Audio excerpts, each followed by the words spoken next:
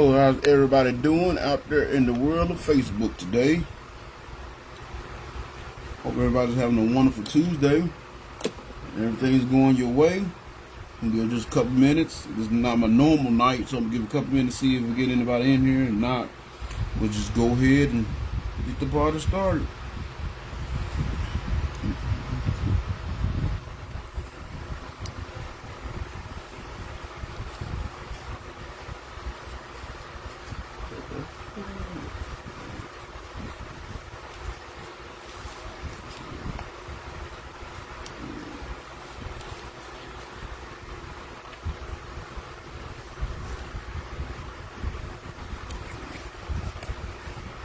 There goes some people. How you doing, Sister Rhonda?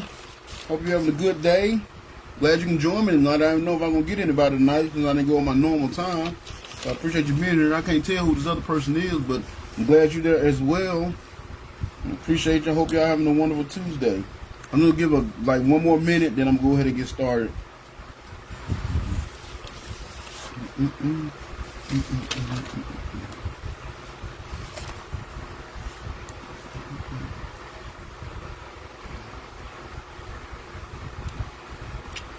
Yes, actually, I didn't have to talk to Giselle about shaving her head. Hey, there goes Felicia. How you doing? Felicia, good to see you.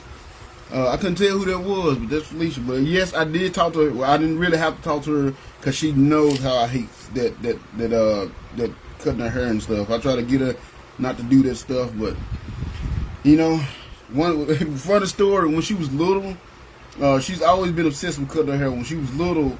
Reyes had her hair, and I guess you'll know what it is, buns, and it was like, three big ones. I don't know if she was working on her or what, but she had like these three big buns, and Giselle kind of disappeared, and when she came back, one of them was missing, and so she cut her hair. I mean, it was like, it was bad. It was bad.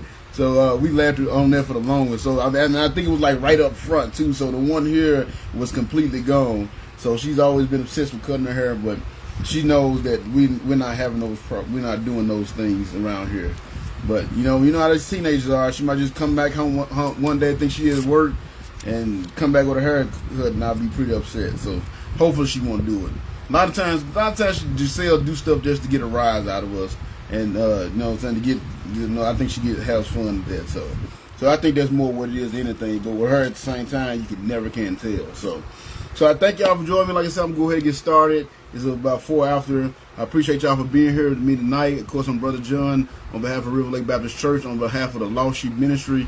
And I want to welcome you guys here tonight. I thank you all for being here with me. It's not my normal night. Like I said, I had some stuff come up at work yesterday, last minute, and I had to get taken care of.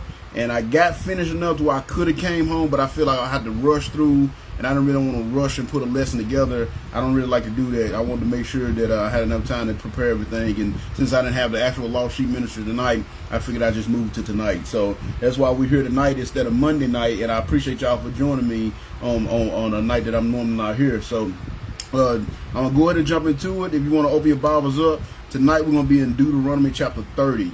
Y'all remember a few weeks back toward April and May, it was probably around April and May, we was doing a series going through Deuteronomy and a lot of the Old Testament, and we was doing a series. I was doing a series, and it was just talking about the blessings of obedience, and I think one of them was the curses of disobedience. We did a couple lessons on that, and those things.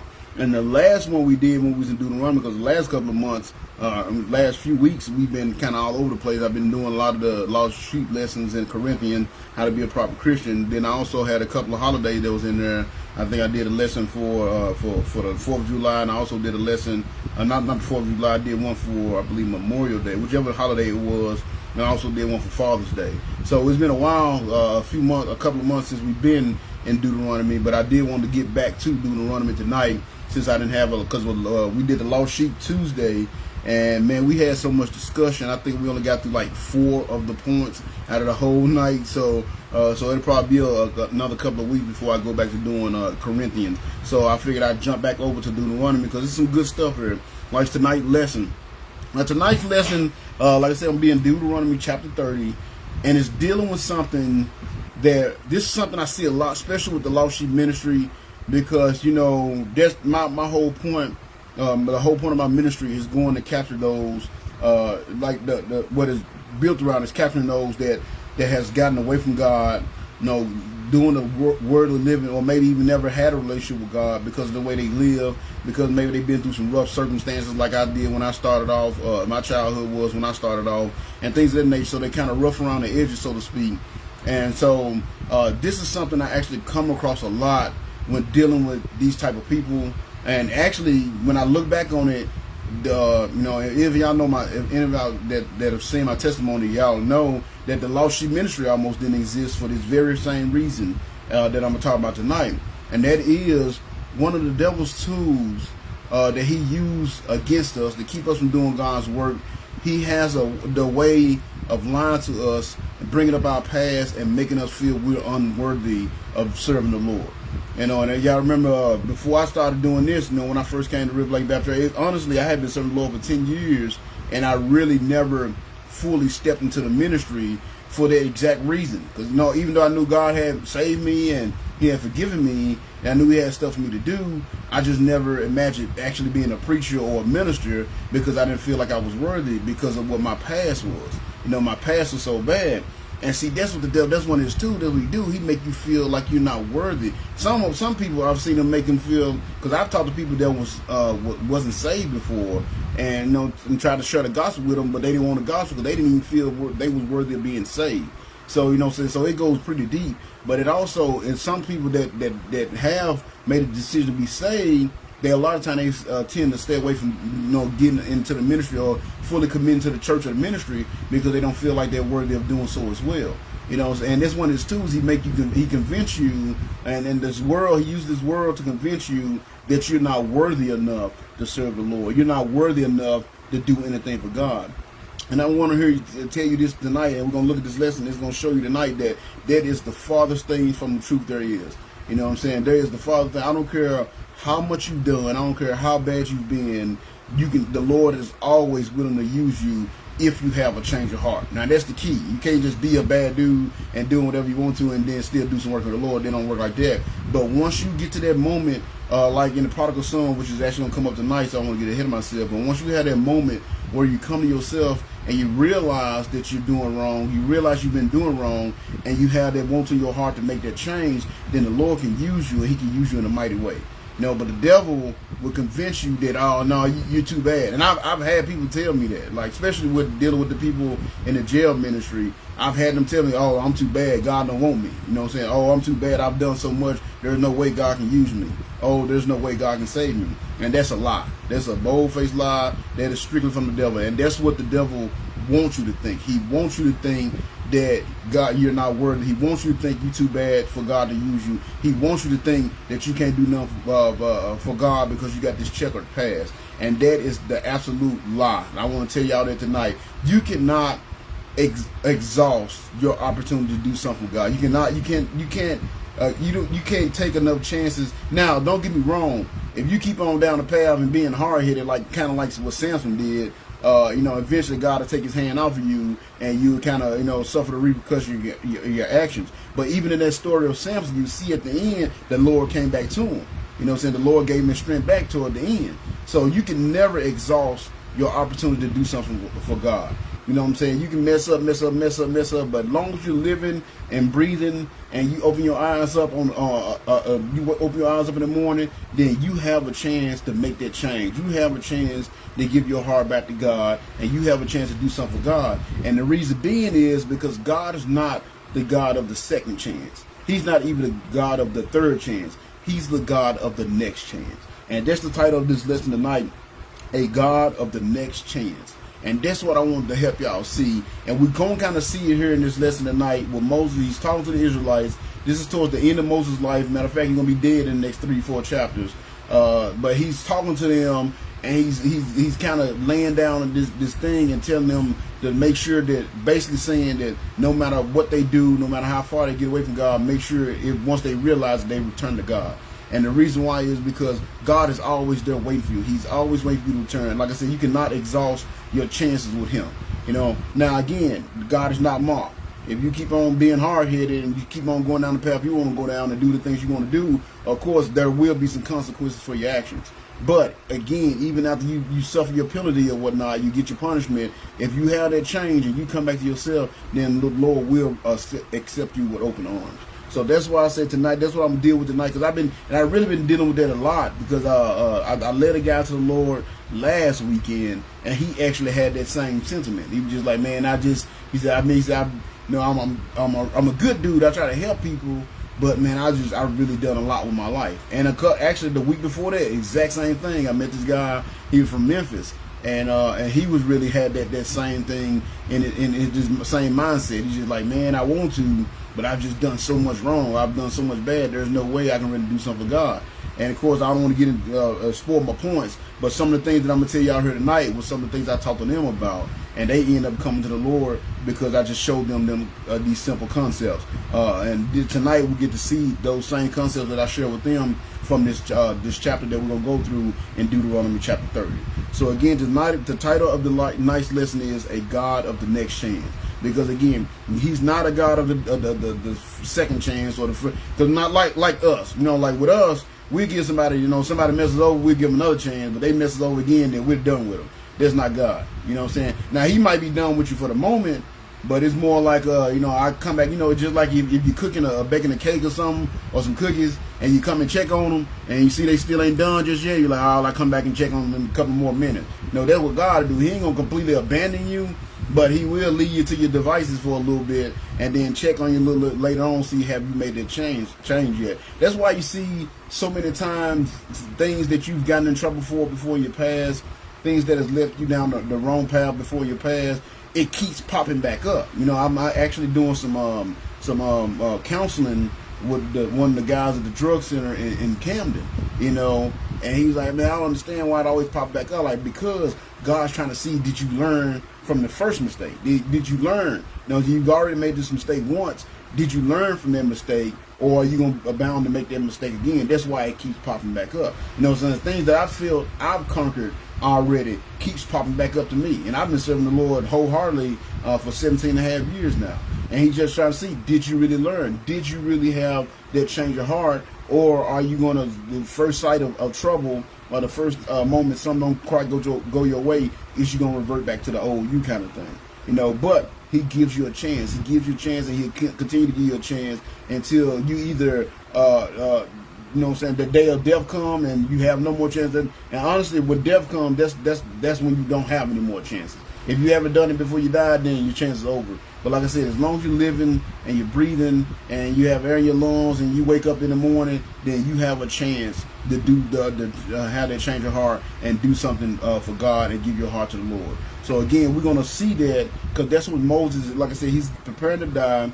He's getting ready. He's about 4 chapters away from his death. So he's getting Israel prepared for life without him. He's been a leader this whole time since they've been going through the desert. The whole 40 years they was in the desert, led them out of Egypt, all that. So now it's time for him to depart, and he want to make sure they're prepared for life without him. And he want to make sure they know, look, y'all probably gonna stray away. And he's gonna actually, on a couple of chapters older, he's gonna tell them, you're gonna stray away, but come back to the Lord. And the same thing, I would tell y'all that, we're not perfect. We're not perfect. We're not perfect beings. That's why we put our faith and trust in Jesus, because we're not perfect and he was. So you will, at some point, you may stray away. You know what I'm saying? If you don't, good for you. You know what I'm saying? You're better man or woman than me. But at some point, you might be tempted and you might stray away. Don't let that mistake keep you away from God. And that's a lot of times what happens. That's why I want to talk about this tonight. They'll make that mistake, and then they figure, oh, well, I already made a mistake, so I ain't going to even try to be good anymore. And they just go off the deep end and go completely down the wrong path. And that's the wrong attitude to have. Like I said, you can never exhaust your opportunity with the Lord to do something for the Lord. It's not until you go through that door called death, then your opportunities are over. But as long as you're living and breathing and you can function, you can do something for the Lord. So again, open your Bibles up. You're going to follow along. We're going to be in Deuteronomy chapter 30. Not a very long chapter. Got about 15 points. Maybe I go through them quickly, maybe not. I'm not making any promises. But I think this will be a good lesson, especially if you're one of those that have that checkered past, and you let that checkered past of yours tend to keep you from doing the work that the Lord has for you to do. So I'm going to go ahead and pray, and then we're going to jump into it. Dear Lord, Heavenly Father, thank you so much for this day. Thank you for this wonderful day, Lord. Thank you for giving me this opportunity to be here and share your word with my people tonight, Lord. I thank you so much for laying this ministry on my heart so many years ago. It's been over 6 years now, and I've been serving you for 17. So they're like where the math don't add up. And that's why I'm doing this lesson tonight, because those first 10 years before I came up to this church and had my preacher breaking down to me, I was one of those people that felt like I just wasn't worthy to do your work, because I had did so much, and I had said so much and did so much and saw so much, Lord. So I just pray you just be with us as we go through this lesson tonight. And if there's anyone that's out there that's feeling the same way, I pray you just guide them to this video so they can see this video, Lord, and they may be able to make that decision. They get to turn their hearts back to you and help them realize that they can never get too far away from you, that they can't do anything, because you can turn their hearts around, you can turn their minds around, and you can give them a new heart, a new mind, a new mindset, and a new spirit, Lord. Renew their spirit and give them the ability to do the work that you have for them to do. So I just pray you just be with us tonight as we read through your word, Lord. Let your spirit flow through me and use me to teach others and edify others so they may come to have a close relationship with you. And I pray you send your spirit down upon the hearts and the minds of those that's watching this video. Help them be receptive of this word, and let a seed be planted in their heart that may get them to want to, if they haven't turned all the way to you, turn their hearts completely back to you from their rebellious ways, Lord. I pray you put them on a conviction and give them they want to do so they can do the work that you've saved them to do. We just thank you so much for your word. Thank you for your blessings. Thank you for this opportunity. Thank you for this ministry. And I say this prayer in your wonderful Son, Jesus' name. Amen. So again, we're going to be in Deuteronomy 30. We're going to go ahead and finish up the series. I think I got one or two more lessons that I pull out of Deuteronomy. Then I'm going to switch over to Joshua here in the coming weeks, God willing.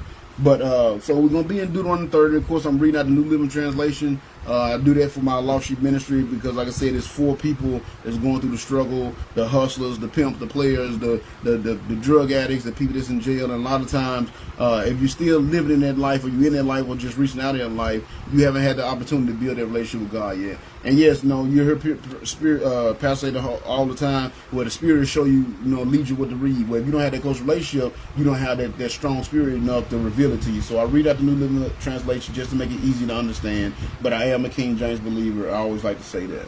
So again, we're going to be in Deuteronomy chapter 30 tonight, and we're going to start right there in verse 1. Let me get some H2O.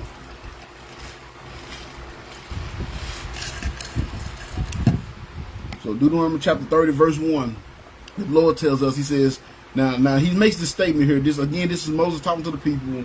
He's getting ready to pass on. So these kind of his final words kind of thing. So he tells them, he says, suppose all these things happen to you, the blessings and the curses I have listed, and you meditate on them as you are living. It's so hard to read with your glass on. Suppose all these things happen to you, and the blessing and the curse I have listed, and you meditate on them as you are living among the nations in which the Lord your God has exiled you. So right there's not a point, but I want to make sure you understand what's being said here and what it means by that. Now, again, if y'all go back and see the lessons I did back in May and April, I was talking about obedience. I think the last one I did was May the 24th. If you want to scroll back to my page, it was called the Curses of Disobedience. And Moses kind of went through all these curses. He had a page or two, actually like 2.5 pages long, of curses that the Israelites will experience if they were disobedient to God, if they turned their back on God and they went back to worshiping idols. So that's what he's saying right there. That's why, and he had it was funny because the blessings was like a half a page, and then the curses was like 2.5 pages. So it was crazy, and they were like, well, man, it just seemed like the curses outweigh the blessings, but that ain't true. The blessing that was there was so wonderful, magnificent, you would have a great life. That's why I didn't need that many, because, what I'm saying, God's grace was going to be there. So basically, he's saying, if you're obedient, you're going to have God's grace, you're going to be straight. But if you're disobedient, these are all the things that can and possibly will happen. Now, he said, if you meditate on these things while you're living among the nations to which the Lord your God has exiled you. Now, the reason why he made that statement is because exile was like the final straw. If they went to exile, which if you read ahead, they eventually do go into exile sometime later on down the road. But exile was like, that was it. Like, God was like, I do this. He gave all this list of things he'll do. Your land won't be fertile. I won't send rain. You won't have kids. Your animals won't produce. you'll plant and it won't grow. And he went through this whole long list. And like I said, you go back and watch the video and you can get the list. So he went through this long list. And then finally at the end he said, if none of that get your attention, basically, if I put you through all that and that still don't get your attention and you still want to worship these idols, then I'm just going to kick you out of the land. You know what I'm saying? So being exiled was like the last straw. That was like, okay, y'all done everything. I did everything I can to bring you back. You're not getting it. You got to go. So for them to be exiled, that means they had got to the worst that they can get. They got to God's limit, so to speak, with dealing with them. If he finally exiled them, so that's why when he say if they're exiled, that means they are far away from God as they could have gotten. And the reason why I want to make sure I point that out to you so y'all can understand, because like I said, we have a tendency to stray away. We have a tendency to do the things that we're not supposed to be doing, and it makes us, you know, and we got to understand too, when we do those things, it takes us away from God. When you're out there, you're doing what you want to do, you're being rebellious, and you're doing what you want to do instead of what you're supposed to do, you know what I'm saying, it takes you away from God. You can't be in the presence of God and be disobedient. It don't work like that. You know what I'm saying? Not that he just kicked you out to the curb and he's not dealing with you, but you're not going to have that grace. You're not going to have the blessings on your life if it comes to being disobedient. So at this point, he's saying, if y'all have been so disobedient to God's word and so hell bent on worshiping these idols, and God has exiled you, you know what I'm saying? You meditate on these things. Here's what you can do. And so once you realize your mistake, if you've gotten to that point where you've reached your limit and God has kicked you out of the land, here's what you can do to get back in good with God. Basically, is what he's saying here. So then the next verse he says, so again he says, if you meditate on them as you are living among the nations to which the Lord your God has exiled you. Then in verse 2 says, if at that time you return to the Lord your God, and you and your children begin wholeheartedly to obey all the commands I have given you today, then the Lord your God will restore your fortunes. So you notice what it says. So again, remember the contrast, and that's why I wanted to make sure I point that out. The contrast is, if they're in exile, that means they've done the ultimate, whatever it is, the piss God off, they've done it. They whatever the line in the sand that God has crossed, saying, all right, if they go here, then I'm done with them. That's what they've done. He said, but if you at that point and you have been exiled, the moment you decide to turn your heart back to God, here's, you know what I'm saying, what he said again, he said, if at that moment, so at that time you're as far away from God as you can be, but yet if at that time you return to the Lord your God, and you and your children begin to wholeheartedly to obey all the commands I've given you today, then the Lord your God will restore your fortune. So point number one is this, and like I said, this is the most important one. Point number one is this: no matter how far you stray away, if you wholeheartedly, and that's the key, wholeheartedly. In other words, you can't have, y'all pardon my language, but you can't half-ass commit. If you wholeheartedly go back to the Lord, then he said, no matter how far away you stray away, if you wholeheartedly return to the Lord, he will return to you. You got to understand that.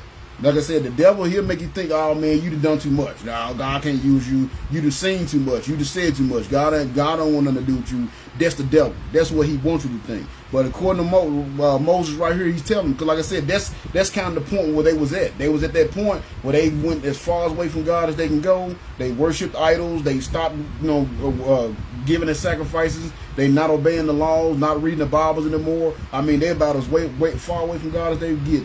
But Moses said, while you at that moment, if you at that moment where you that far away from God, if you have a change your heart and you change your heart back to God, then guess what? God will come back to you. Going on, Brother Bob, I'm glad you can join me tonight. I wonder, like, man, that's an ugly dude up there staring at me. But that's Brother Bob. How you doing there, sir? I appreciate you being here. So again, number one is, no matter how far away, and I want y'all to understand that, because that's basically what the whole lesson is kind of covering. I'm going to have other points going to point to that. But no matter how far away from God, no matter how far you stray away from God, if you wholeheartedly return to the Lord, he will return to you. Because this is the thing. This is what I told the guys, like I told y'all, the guys, last two guys I led to the Lord, and they felt that they couldn't, they didn't want to get saved, or they couldn't get saved because they had done so much. And this is what I told them. I said, God is not as concerned with what you've done as he is with what you're going to do. That's what we have to understand. See, that when we got that feeling like we're so guilty, we've done so much, that's us. That's our guilty conscience. You know what I'm saying? You know, like I told y'all, this ministry almost didn't exist for that same reason with me. And what happened, I'm telling y'all what happened. Y'all might have heard this story before, but it's a good one, so I'll tell you again. When I first moved up here, when we first started going to River Lake Baptist Church, we had been there for, about 3-4 months or whatnot. And I can tell the pastor wanted me to join. He wanted me to do more. But like I said, I was reluctant. You know what I'm saying? I was like, look, I'm going to church. We was there Sunday morning, Sunday night, Wednesday night. I mean, we was going all the time, but that was it. I wasn't doing no soul winning. You know, I definitely wasn't preaching. I had never preached before. And, I didn't have the lost sheep ministry, none of that. And, but I knew the Spirit was telling me that that's where I need to be. Like, I need to join the church. So what I did was I said, well, let me talk to the pastor about it, and I pulled him to the side. And at the time, I was still doing some stuff, and that's one of the main reasons I was still doing some stuff I knew I wasn't supposed to be doing too. You know what I'm saying? So I pulled the pastor to the side. I'll never forget it. It was in our old church. We had a little library in the back. And I never forget, I got there about like 8 o'clock that night, and we didn't leave till like 1 in the morning. So, I mean, it was a long conversation. But I talked to the pastor, and I just broke it down. I told him, what God had done for me, what I feel God got something for me to do, and I just didn't feel worthy of doing it. And I said, even at this moment now, there's some things that I do that you preach against, and I know I shouldn't be doing, but I still do them. I don't feel clean enough. I don't feel worthy enough to do the work that you have for me to do. And the pastor asked me, he said, John, are you saved? I said, yes, sir. He said, you sure you're saved? You sure you had a day you asked Jesus Christ to be saved? I said, yes, sir. He said, now what happened when you got saved? I said, I got forgiven of my sins. He said, so you were washed in the blood, right? I said, yes, sir. He said, so you've been saved, right? I said, yes, sir. He said, so why are you holding on to those things that God has already forgiven you for? He said, that is your problem. He said, you're holding on to those things. He said, it's your guilt that got you holding on to those things. When you gave them to God, you were supposed to let them go, but he said you still holding on to them. He said, as long as you hold on to those, he said, God has forgiven you. He said, basically what's going on right now, God has forgiven you, but you haven't forgiven yourself. And he said, until you forgive yourself for those things that you've done in the past when you was ignorant, he said, you're never going to be able to go ahead. He said, you're never going to be doing anything for God. He said, you got to forgive yourself. He said, when you said you believe in the power of the blood? I said, yes. He said, are you washing the blood? He said, yes. He said, well, let that stuff go. I mean, it was just that simple. And from that moment on, kid you not, guess when my ministry started to go? I started getting more into the ministry. I started to start going soul winning like immediately after that. And that was about 5 years ago. And so far, I led over 400 people to the Lord, which I never would have been able to do had I never been able to let my past go. So you see, God wanted, and that's what he kind of explained in so many words. He basically told me, and I put it in this statement, but that's what he basically told me. God is not concerned with what you've done. He's not as concerned with what you've done as he is with what you're going to do. And that's what we got to understand, people. And that's why we can't let the devil use our guilt against us. And that's what he does. He uses our guilt against us, and it keeps us from doing the work that God has for us to do. You know what I'm saying? Exactly. We all fall short, Felicia. And that's what I understand, but we just beat ourselves up over it because we know we've done it. You know what I'm saying? Like I told my kids, this is something I tell my kids all the time. I said, you may go out there and do some stuff I told you not to do, or do some stuff you know you're not supposed to do, but I'm letting you know something. You never truly get away with it. Even if I don't know you did it, God knows. And even not only does God know you've done it. And your conscience is what will get you a lot. You know, so I say you never really get away with it. You might think you do, but you never. Because I had a son, he was doing some stuff he wasn't supposed to do. And you're like, man, I can't seem to sleep at night. I said, see, you know why? Because you're doing stuff you're not supposed to be doing. You know what I'm saying? I said, when you're doing stuff you're not supposed to be doing, you don't have that peace. That's why it's hard for you to sleep. I remember this old movie. It was a gospel song, one of my grandma's favorite movies. I think it was the Color Purple, if I'm not mistaken, with Whoopi Goldberg. But there's a song in there. It was like, you can't sleep at night, and you don't know why. Maybe God is trying to tell you something. And you know what I'm saying? Basically, the lady was saying, like, you're doing some stuff you're not supposed to be doing. You don't have your relationship with God where it needs to be. God's trying to get your attention. That's why you're not sleeping. You don't have that peace in your life. And that's what I've explained to my kids. Like, as long as you're doing stuff you're not supposed to be doing, you're not going to have that peace in your life. You know what I'm saying? God, like, you never really get away with anything. But I want you to understand, though, even if you do those things, that won't keep you from serving the Lord. If you make the decision. But again, you got to turn wholeheartedly. Because you know what Moses said? He didn't say, well, turn over a new leaf for a day. He said turn wholehearted. That means fully commit They like realize, repent basically. Realize like, man, I've messed up. I've been messing up. And I need to get back to God. And you make that decision to wholeheartedly turn to God. That's when you can really do God's work. Because that's what happened to me. Those y'all that know my testimony. I was in church. I remember being in church. I remember love being in church when I was little. My grandma made me go to church all the time.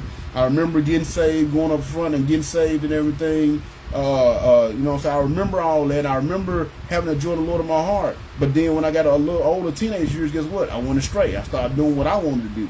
You see what I'm saying? And when I had that testimony, my testimony at night when God called me back to preach, that's what happened. I went from having a lukewarm, casual relationship with the Lord to wholeheartedly, turn back. And I was doing some bad stuff. But that night when I made the decision to give my life to God, I made the decision to give my life to God wholeheartedly. And that's really when my life started to really progress. You know what I'm saying? That's when the blessings really started to come into my life, when I made a decision, but I went wholeheartedly. And I'm gonna try to remember to say that, because every point I'm telling you, you got to go wholeheartedly. Again, it can't be a half-ass commitment. You got to go all in. And that's what Moses saying. If you get to that point where you've done so much wrong, you've done so much bad that you get far away from God. The moment, even if you're at that point, the moment when you're in that point, when you come to yourself, so to speak, kind of like the prodigal son, and you change your heart back to the Lord and give your heart back to the Lord, and you wholeheartedly commit to that, then guess what? God's going to come back to you. So number one, no matter how far you stray away from the Lord, if you wholeheartedly return to the Lord, He will return to you. You got to remember, and that's what Moses told them. If you're at that point, even if you're in your exile, you know what I'm saying, that when you make that get to that point and you make that decision, turn your whole heart back to the Lord, He'll turn back to you. So then in verse 3 says, then the Lord your God will restore your fortunes. Toward the end said, then the Lord your God will restore your fortunes. He will have mercy on you and gather you back from all the nations where He has scattered you. Though you are at the ends of the earth, the Lord your God will go and find you and bring you back again. He will return you to the land that belonged to your ancestors, and you will possess that land again. So number two is this. The Lord's door is always open. The Lord's door is always open. In other words, that we said, even if you far away, you know what I'm saying, He'll bring you home again. That's basically what He's saying. Even if because of the decisions you made, He pushed you, you know what I'm saying, He's got you far away, you know what I'm saying, you might end up in prison in California or somewhere, and you from Tennessee. I know I met a couple of guys, in the jails here in Humphreys County, and they were from other cities, and they just happened to be like riding through here and got pulled over and had some warrants or something. You know what I'm saying? So that's what He's saying. Even if you're far away, if you've done so much that you got so far away from God, once you wholeheartedly turn your heart back to God, God will bring you back home. You're always welcome to come back home. And now, like I said, we're going to bring up the prodigal son. Think of the prodigal son. These first two are a perfect example of the prodigal son, what the prodigal son went through. Because what he do? Dad, give me my money. I don't want to be in your house no more. I don't want to obey your rules no more. Like we tell God when we do stuff we don't want to do. I want to go and live my life and do what I want to do. And what did Dad do? He gave it to him. You know what I'm saying? Let him lead. Of course he went over there and found out the world wasn't what he thought it was. Lost all his money, with prostitutes and drinking and probably doing drugs. And then next thing you know, he's in a pig pen feeding pigs, and got so hungry that he was about to eat the same food that the pigs were eating. And then what happened? If you read that chapter, it says, and when he came to himself. So and that's what Moses talking about. If at that moment you have that change of heart. That was Moses was talking about in the beginning. And that's what happened with him. When he was at that moment, when he was getting ready to eat with the pigs, it said he came to himself. And he thought, I can just go back to my father's house. I just go back to my father's house and I can live better than this, even if I'm just a servant. He said, man, my father's servants have food to spare. You know what I'm saying? Even if I just go back, I might not be able to be a son again, but, I can go back and be a servant. He said, well, I'm just going to go back home. And if you read that story, and I love it because it says when he was still a far way off. You know what I'm saying? When he was still a far way off. In other words, he hadn't even got close to the house yet. But when he was a far way off, what it said, his father ran to him. And see, that's why I'm saying if one and two really combine. Because when you take a step, and when I give guys a Bible in a jail, I always write this little description in there. And if it's me giving them a Bible because they got saved, I write something about them being saved. But if they're just some guys that's asking for a Bible to build a relationship with the Lord, I write an description and I always tell them, if you take one step toward God, He'll take 3 steps towards you. And see, and that's what happened when the prodigal, he made the decision that he was going to go back home. And that's all God want to do. He want to see that you made the decision to turn back to Him. And once you make a decision, before you even get fully back to you know what I'm saying, you fully get back into your groove, he's already there with his arms open and invite you to come back home. He wants you to come back home. You know what I'm saying? Your door is always open, but he don't force you. Just like it's always open for you to leave. You can leave God's your relationship with God anytime you want to, but at the same time you can return anytime you want to. It's up to you. You know what I'm saying? That's why I say his door is always open either way. You can leave when you want to, and you can come back when you want to. As long as you got the ability to. You know what I'm saying? You, like I said, you go through that door called death, and you ain't there, then you ain't got that opportunity no more. But as long as his door is always open, as long as you want to, you can come home. You know what I'm saying? It's never, well, you left me, forget you, and he gonna lock the door behind you can't come back. That's not it. Or it's never, you can't get out, I'm gonna bolt the door so you can't get out. He's never gonna hold you in there, but he's never gonna keep you coming back as well. So the Lord's door is always open. You gotta remember that. And he will come and gather you. I don't care how far away from God you've gotten. If you turn your heart wholeheartedly, you wholeheartedly make the decision to turn your heart back to the Lord, he will accept you back with open arms, just like the prodigal son. And again, that was one of my favorite lines. It says when he was afar off. And you know why it says when he was afar off? For him to be that far off and his dad to see him, guess what that means? His dad was looking for him. He was looking for him the whole time. He knew he was going to be back. He knew, just like my kids, they got out and they moved out. Man, eventually they going to come back, you know. And they, so far, 2 of them stayed away, but one of them did come back. But you know what I'm saying? He's looking for him to come back. He already knew. Because dad knows what you're going to face out there. He knows what's out there in that world. He knows if you go and live a certain way, where it's going to lead you to, and it's going to lead you right back home. You know, so he was looking for him. I guarantee you, every day he wouldn't stood out on his porch or had his watchman looking. Hey, you see my boy coming yet? Not yet, sir. All right. You know what I'm saying? And then that one day he probably stand out there with his coffin in his hand, and the dude came. Hey, I think I see your son. And I bet he dropped that coffin and he just took off running. He said when he was far away, he probably got on a mule and took off running. He was probably in the next county. You know what I'm saying? But he had people watching to wait for his son to come back home because he knew he would come back and he wanted to welcome him back home.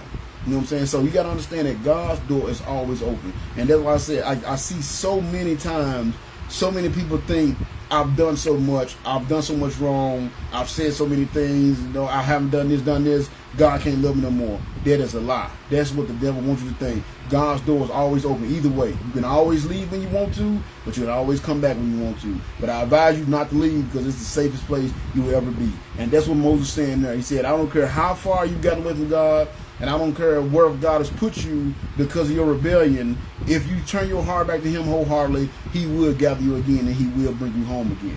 So number 2, the Lord's door is always open. So the next verse he says this, he says, he will make you even more prosperous and numerous than your ancestors. So number 3, the Lord can restore you to your former state.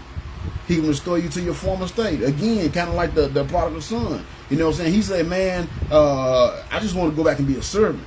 You know, my dad just take me in the house as a servant, then I'd be fine. But what happened when he got there? His dad didn't treat him like a servant. He went and put on the best robe. He said, go get the robe. Go get him a good robe. Don't bring him a servant robe. Go get him the best robe we got. He said, matter of fact, go kill the fatted calf that we've been saving for a special guest, and come. We're gonna have a party. We're gonna celebrate him coming back. Now we don't know. He don't get into detail of how he treated him after that day. But I know when he first came back home, he still wasn't a servant. He still treated him as his son. Why? Because God has the power to do that. He can return you to your former state. Another one, I come across it all the time. Man, I used to read my Bible. I remember I used to read my Bible all the time. Man, I remember I used to go to church all the time. I used to do this all the time. I used to do that all the time. I get that a lot. You know, I used to do that all the time. Then I always ask, well, what happened? Well, you know, and 9 times 10, they got into doing rebellious things, going to doing things that they wanted to do instead of doing what God wanted to do, and it took them away from God. You see what I'm saying? And I always tell them, when people tell me, well, I used to have a close relationship with God, but I don't now, I'm like, well, who changed? It wasn't God. Because he said, I'm the same yesterday, today, and forever. So if you used to have a close relationship with God and you don't no more, it's not because God left you, it's because you left him. And since that's the case, that means the moment you decide to go back to him, he will take you back. Because again, he's the God of the next chance. Not the second chance, not the third chance. He's the God of the next chance. You can never exhaust your chances with the Lord, and like I said, until that day of death. Now, once death comes, then that's it. You got no more chances. But as long as you living and breathing and you wake up in the morning, then you have an opportunity. You can do something for the Lord. You know what I'm saying? And even if you stray away, if you come back and you come back to Him wholeheartedly, He can restore you to your former state. You know what I'm saying? Because you think about it, it's some situations you get in, they can't be restored to their former state. You think about like athletes, certain athletes, especially like in football. You know what I'm saying? They tear their ACL or both ACLs or something like that. I think it was Joe Namath, the one time the famous quarterback, and Lawrence Taylor hit him, and when he hit him, his leg just folded up under him. I mean, it was like, I've seen it before. It was brutal. Guess what? He never came back from that. He couldn't come back from that. He couldn't restore that. You know what I'm saying? He couldn't come back to that. But at the same time, you think about, sometimes you see those people that had those old cars, especially you go to like a old car store show, or like a car show, and they had them old cars. They be so nice, and I mean they look brand new, like they just came off the assembly line. But these cars are 60, 70 years old. You know why they look like that? Because that person restored that car. They had the money. They had the time. They put forth the effort to restore their car to get it right back to where its former state. God has that same power. He can get you back to your former state. And that's what he's saying there. He said, you will be even more prosperous and numerous than your ancestors were. In other words, you will be even more prosperous than you were before. You know what I'm saying? You'll be even more numerous. You have even more than you had before. So God has the power to get you back to your former state once you make the decision to what? Wholeheartedly go back to Him. And that's the key, wholeheartedly. You got to go all in. Once you decide, man, I've sinned, I've gotten away from the Lord, I want to go back to Him, then He has the power to restore you to your proper state. Everybody can't do that. Like I said, them athletes, they can't do that. I've been seeing the memes. I don't watch sports anymore. Sorry, y'all, got choked up there. I don't watch sports anymore, but I've been seeing memes about it. It's this old guy. His name is Conor McGregor, and he does like UFC fighting. And he was kind of in the same situation like Joe Namath. I don't know what happened, but this guy's leg broke. Like his leg just all of a sudden went like that way. Like his feet, this is his leg and this was his foot. Like it was like that. I don't think he's coming back. He's like close to 40. He's not coming back from that. I don't care how many surgeries he get. I don't care how much. Most likely he's not coming back from that. Just like Joe Namath didn't come back from his injury. It ain't gonna happen. But when you're dealing with things of God, those are worldly things. But when you're dealing with things of God, and when God is involved, then He can restore you to your former state. And again, that's what happened to the prodigal son. Is that when he came back, his dad didn't treat him like a servant. Like I said, I don't know what happened the next day, or because they don't really get into the details of what happened the day after. But that night when he got back, when he first came back, his dad embraced him as a son. He dressed him as a son, and he fed him as a son. See, he restored him to his former state because he had the power to do so. Our Father has the same power. If you get away from them and you find yourself straying away, don't keep straying away. Because there's a lot of people, they think, oh man, well, I've done so much, I might well just not even try. You know what I'm saying? I've done so much bad, might as well not even try. And they don't really, that's like saying, man, I already shot myself in the foot, I might as well shoot myself in the head. No, stop while you're ahead. You know what I'm saying? You can recover from that foot, you're not going to recover from that head injury.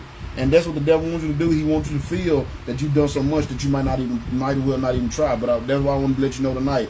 Our God, we serve a God that's not the God of the next chance. He's the God of the second chance. He's the God of the next chance. So number 3, the Lord can restore you to your former state. And again, that's what Moses is telling them. If y'all get far away from the Lord and you wholeheartedly turn back to Him, you will be prosperous again. He'll bring you home again. You know what I'm saying? He'll restore your fortunes again. He will bless you with the things you had for Him before you left. He will put you back in that state, but you got to make a wholehearted commitment to come back to Him before you can do that. So then the next verse, in verse 6, He said, the Lord, and this is just some more blessings that He will give you when you come back. Verse 6 says, the Lord your God will cleanse your heart and the hearts of all your descendants, so that you will love Him with all your heart and so you may live. So number 4 is this. The Lord can cleanse your heart and renew your mind. He can cleanse your heart. He can get you. And again, I use myself as an example. That's what He did for me when He called me into the ministry. That night in February 15, 2004, when He called me, I made the decision. I made the choice on February 17. But February 15, when I got that call, and once I accepted that call, you know what I'm saying, He gave me a new heart. He gave me a new mind. You know what I'm saying? He renewed my spirit. And that's what gave me the ability to really be able to serve Him more, to really be able to love Him. I honestly, I thought I loved God before that happened, even as a kid. But I realized I really didn't. I didn't really love God till He renewed my mind and He renewed my spirit. And that's what the most thing He'll do. If you come back, He'll cleanse your heart. He'll get all that filthiness out of your heart. You know what I'm saying? All your and He said not only will He do it for you, but He do it for your descendants as well. And that way you'll be able to love Him with all your heart and soul, and so you may live.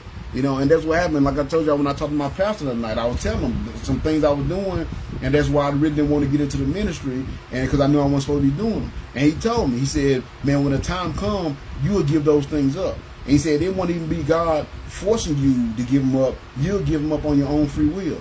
You know what I'm saying? And guess what? I did give up just about all of them. One of them I'm still dealing with. But I gave up, it was 3 of them, I gave up 2 of them. So I'm almost there. I'm what, 66% there kind of thing.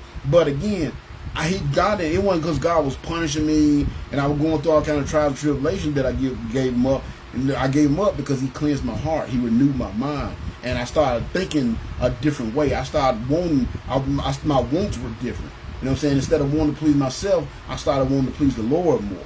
You see what I'm saying? I had a new way of thinking. I renewed, and see, that new way of thinking gave me the ability to love the Lord a lot more. And if you love the Lord, of course, He's going to love you back. You know what I'm saying? And I've just been progressing from there. So you got to understand, the Lord, He will renew. He can cleanse your heart, and He can renew your mind. He can get all this stuff out of your heart and out of your mind that keeps you from wholeheartedly serving Him. He can do that, and He can give you that want to. He can help you see how important it is to really serve Him and have that close relationship with Him. And He can take all those things, all the things. And I pray all the time, because I know I still got some stuff in there. And I pray, Lord, please just cleanse my mind, cleanse my heart, these terrible, impure thoughts. Just take this stuff from me so I can serve you close, so I can be closer to you.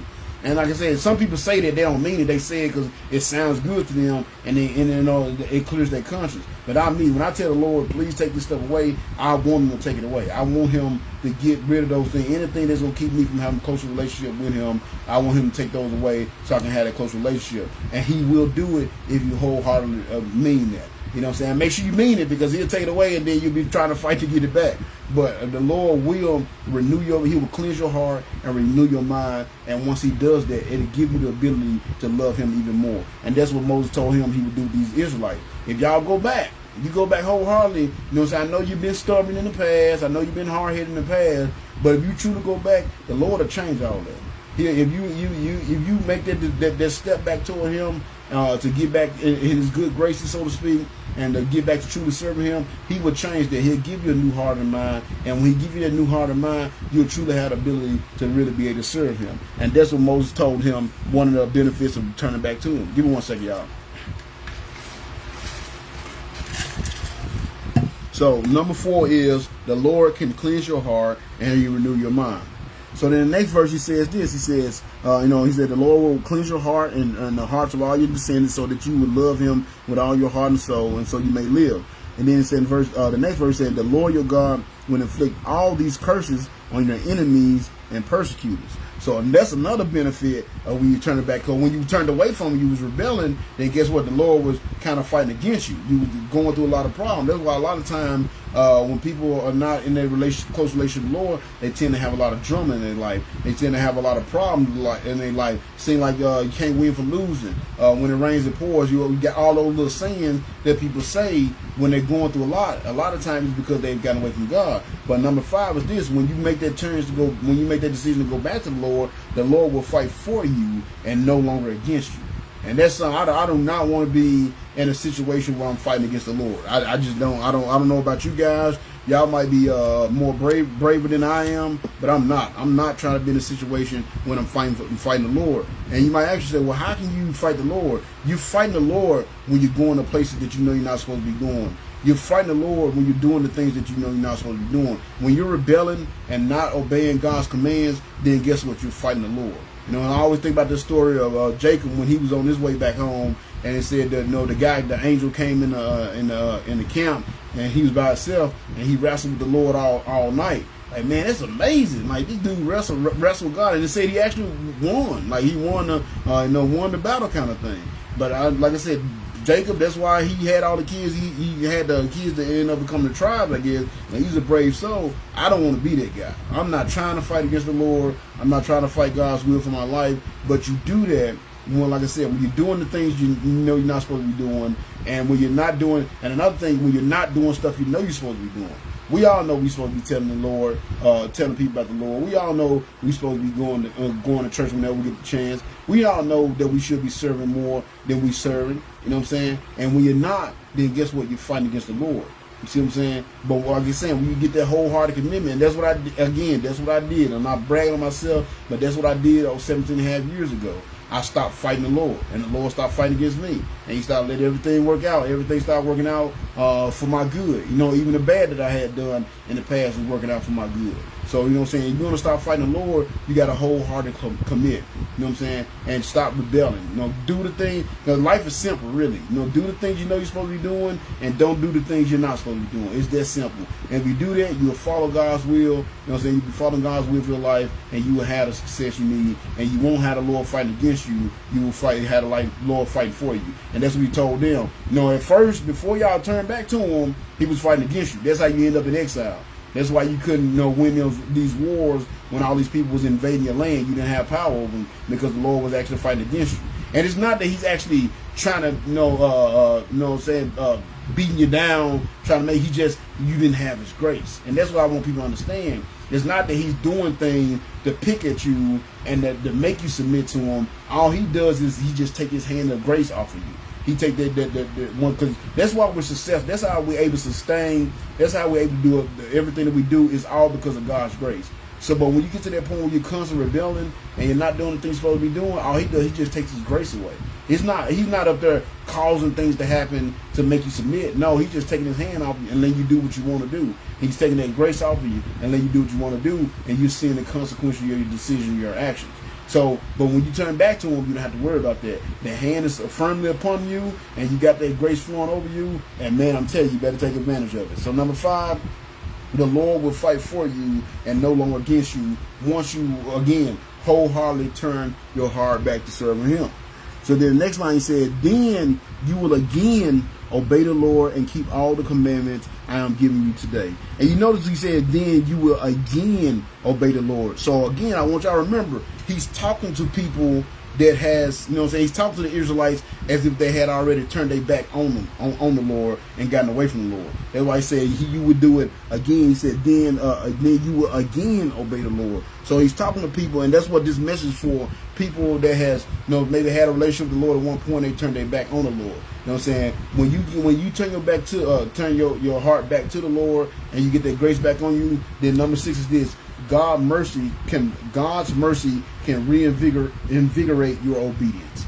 God's mercy can reinvigorate your obedience. In other words, once you get that, because if y'all don't know about you guys, y'all might have been faithful servants the whole time, but I never forget when, like I said, when I gave my life back to God and started living in His grace once again, I'll never get thinking like, man, why did I forgot how good this felt. Like, you know what I'm saying? Why did I leave this in the first place? Like, how dumb was I? And I have heard people say that, you know what I'm saying? Like, people that I've worked through with the ministry and they've built their relationship back up with the Lord, and I've seen them a little bit, farther down the road. They're like, man, I've started back doing this, doing that. He's like, man, it's so good. I remember when it used to be like this. And like, it feel like it used to be. He said, man, I really don't even remember why I got away from him in the first place. And that's what Moses is saying there. Once you get that get under that grace again, and you feel that mercy again, man, it'll really make you want to be like, oh man, I remember when I used to read my Bible like I was supposed to, and went to church like I was supposed to, and praise God like I was supposed to. I forgot how good it was. I've been so long running this world doing what I want to do. I forgot how good it was. You know what? I'm gonna keep going forward. Because I like this feeling. I'm glad I get to feel this again. You see what I'm saying? And that's what Moses saying there. God's mercy, once you get back, once you turn your heart back to him, and he accepts you back in, and he start pouring that grace all over you again, it's gonna make you want to be obedient again. You know what I'm saying? Like I said, you're gonna kick yourself in the butt for getting away from it in the first place. You know what I'm saying? Because that's exactly what happened to me. Like, why did I leave this in the first place? And I know why I left, because I want to do what I want to do instead of what God wanted me to do. But man, I'm so thankful that he brought me back into the fold. And I'm so thankful that he's a God of the next chance instead of just the second chance. And that's the only reason why I'm here talking to y'all today, sharing this lesson with y'all today, because of all the chances he gave me to come back. And honestly, according to my testimony, I only had one more chance. That was my last chance, and I took it. Because if I kept on going the path I was on, I wouldn't have been here talking to y'all. I definitely wouldn't be no preacher right now. I don't even think I'll be living, because that's what the Lord has shown me. So again, I thank Him for being the God of the next chance. And when you do get back to Him, when you do turn your heart all the way back to Him, once that grace hits you again and you start living on that mercy again, oh, it's so wonderful. It's going to make you want to be obedient. You like, because then, you're going to think like, man, I've already tried it my way. You know what I'm saying? Why not try it God's way? You know what I'm saying? So that's what it does. It reinvigorates you, and it makes you want to be obedient again, because you remember how good it was, and how much peace you had in your life, and how good it really was when you were being obedient to God's word. And that's what Moses is telling them. Once you turn back, then you get back on that mercy again, man, you're going to want to be obedient once again, because you're going to remember how good it was when you were obedient. So then the next line, it says, verse 9, it says, and the Lord your God will make you successful in everything you do. The Lord your God will make you successful in everything you do. So number 7 is this. God's grace will return, and so will your success. Because that's what you got to understand, people. You know, I don't care how smart you are. I don't care how hard you work. I don't care how many zeros you got in your bank account. You're not going to be successful if you don't have God's grace in your life. You can have because I know people that got a lot of money and they're miserable. You know what I'm saying? And I know a lot of people that don't have nothing and they're completely happy. You know why? Because they got God's grace on them. That's the key to success. That's the key. That's why I tell my boys all the time, you know, and I try not to beat my kids, because you know, with kids, they're still young and they don't really understand the importance of it. So I try not to beat them over the head with it, but at the same time, I try to make sure they have a good firm foundation. I try to make sure they understand. I tell them all the time, I'm only successful because I serve the Lord. I'm only successful because I do go where the Lord tells me to go. I'm only successful because I do what the Lord tells me to do. God's grace is the key to success. You have to understand that. If you don't have God's grace in your life, you're not going to be successful. Now, you might be successful to the world, you know what I'm saying, but you won't be successful in the eyes of God. Because you got to understand, the world's success and God's success is two different types of success. Because the world's success says, oh, if I got all this money, I'm successful. If you got all this money, you're successful. If you got a big house and a big car, you're successful. If you got girls running around chasing you, you're successful. That's what the world's success says. God's success is if you influence somebody else to come to Him. That's successful. You know what I'm saying? You can preach for 30 years, and if you only have one person to the Lord, then guess what? To God, you're successful. You know what I'm saying? Or you might not have ever led anybody to the Lord, but attracted you led somewhere else, led somebody to the Lord. That's successful. You got His word out. You reached that. You only reach one person, but you reach one person.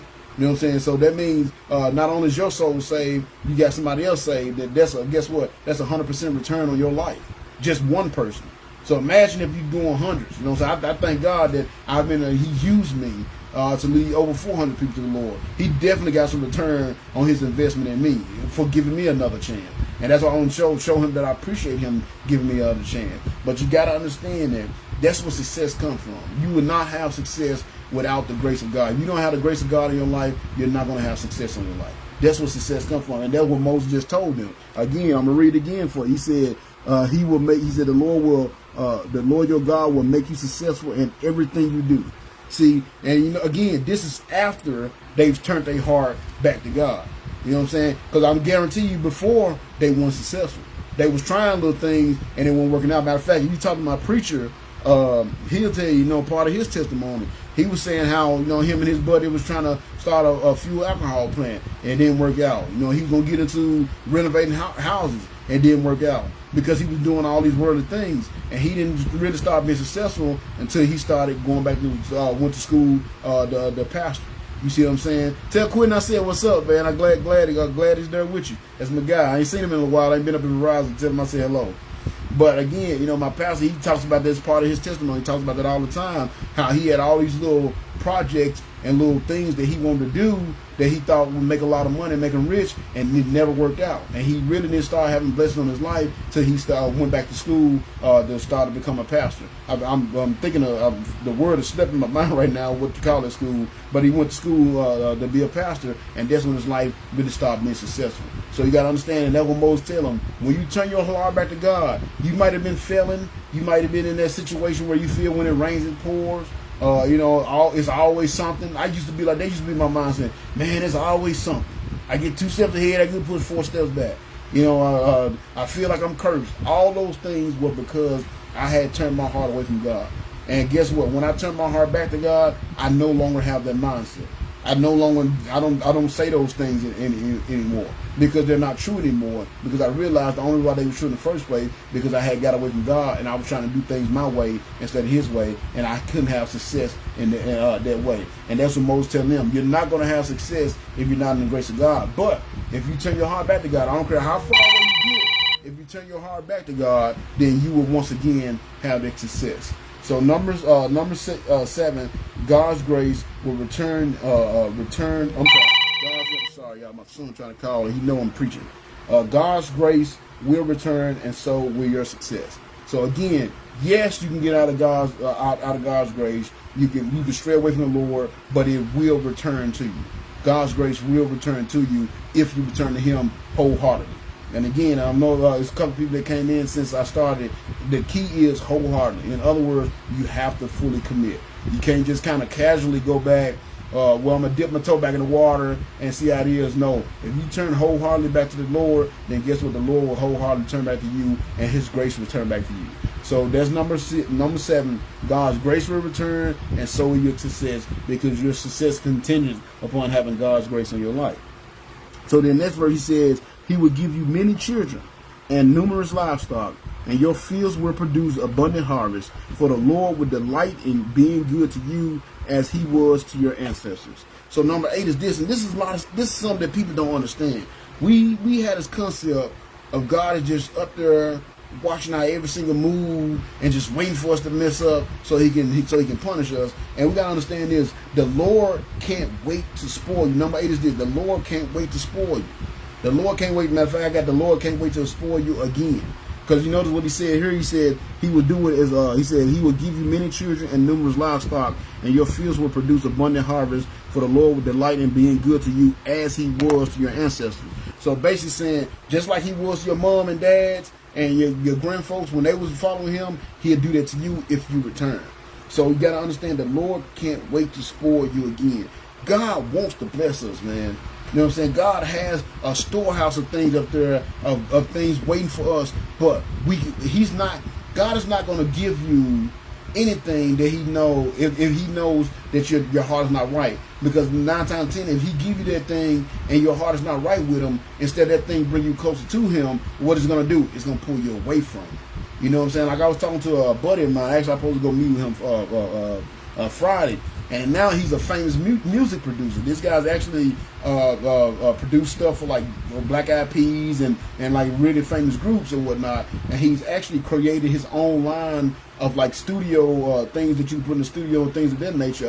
Like a little, if you want to like make beats and stuff like that, get into music. He made his own line of products for doing it. I mean, highly famous. And I hadn't seen him in a while since he had got famous. And a year or so ago, my son, he's trying to get into music. So a year ago, I took him down and we sat and talked. And I was just like, man, you're a big timer now. You've been all over the world. Matter of fact, his company's in China. I mean, he's kind of up there kind of thing. We were just talking, and he was telling about all the craziness that had happened to him since he had became successful.